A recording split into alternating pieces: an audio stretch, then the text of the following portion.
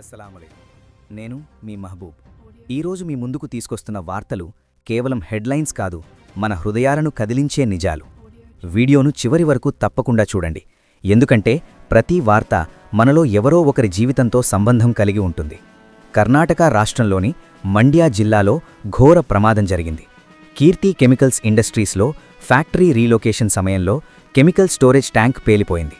Gas కటర్తో tank cap తెరిచే సమయంలో మిగిలిన వేపర్స్ ఒక్కసారిగా ఇగ్నైట్ అయ్యాయి. ఆ క్షణంలోనే ఇద్దరు యువకులు అక్కడికక్కడే ప్రాణాలు కోల్పోయారు. బీహార్కు చెందిన ఆకాష్ 26, కల్లూ ఖాన్ 27. వాళ్లు కేవలం వర్కర్లు కాదు, ఎవరికైతే కుమారులు, ఎవరికైతే అన్నలు, ఎవరి కుటుంబానికైతే బ్రెడ్ విన్నర్లు. మరో ముగ్గురు గాయపడి ఆస్పత్రిలో చికిత్స పొందుతున్నారు. ఈ ఘటన ఒక పెద్ద ప్రశ్నను లేవనెత్తుతోంది. మన ఇండస్ట్రియల్ సేఫ్టీ ప్రమాణాలు నిజంగా సరైనవేనా? ప్రాణం కంటే పెద్ద ప్రాజెక్ట్ ఏదైనా ఉందా? వారి కుటుంబాలకు మన ప్రగాఢ సానుభూతి. తమిళనాడులో ఎన్నికల వేడి మరింత పెరిగింది. టీవీకే చీఫ్ విజయ్ శాలం ర్యాలీలో ఫైర్ బ్రాండ్ స్పీచ్ ఇచ్చారు. సీఎం ఎంకే స్టాలిన్పై తీవ్ర విమర్శలు గుప్పించారు. ఎస్ఓపీ అంటే స్టాలిన్ ఆపరేటింగ్ ప్రొసీజర్ అని ఎగతాళి చేశారు. ర్యాలీలకు పర్మిషన్ ఇవ్వడం లేదని, మహిళలకు ఇచ్చే డబ్బును ఓట్లు కొనడంగా విమర్శించారు. డబ్బు తీసుకోండి, కానీ విజిల్ అంటే మా సింబల్ పోడు అంటూ భావోద్వేగ పిలుపునిచ్చారు. రాజకీయాలు ఇప్పుడు మాటల యుద్ధంగా మారాయి. ఎలక్షన్ హీట్ పీక్కి చేరింది. ప్రధాని నరేంద్ర మోదీ కీలక సమావేశం నిర్వహించారు. హైవేలు, డిజిటల్ ఇండియా, ఇన్ఫ్రాస్ట్రక్చర్ ప్రాజెక్టులపై చర్చించారు. దేశం అభివృద్ధి చెందుతోంది అంటున్నారు. కానీ సాధారణ మనిషి జీవితం ఎంతవరకు మారుతోంది? ఉద్యోగాలు పెరుగుతున్నాయా? మధ్యతరగతి భారం తగ్గిందా?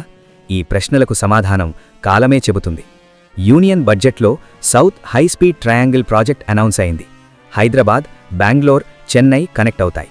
హైదరాబాద్, బెంగళూరు, చెన్నై. చెన్నై నుంచి బెంగళూరు కేవలం 1 గంట 13 నిమిషాలు. బెంగళూరు నుంచి హైదరాబాద్ 2 గంటలు. ఐటీ హబ్స్ దగ్గరవుతాయి. బిజినెస్, జాబ్స్, ట్రావెల్లో రెవల్యూషన్ రానుంది. దక్షిణ భారత భవిష్యత్తు బ్రైట్గా కనిపిస్తోంది. సౌదీ అరేబియాలో విదేశీ కార్మికులపై కొత్త నిబంధనల చర్చ కొనసాగుతోంది.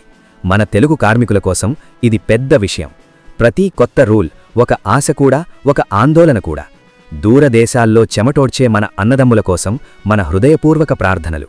India national cricket team practice camp ప్రారంభించింది. భారత్ గెలిస్తే ప్రతి ఇంట్లో పండుగే.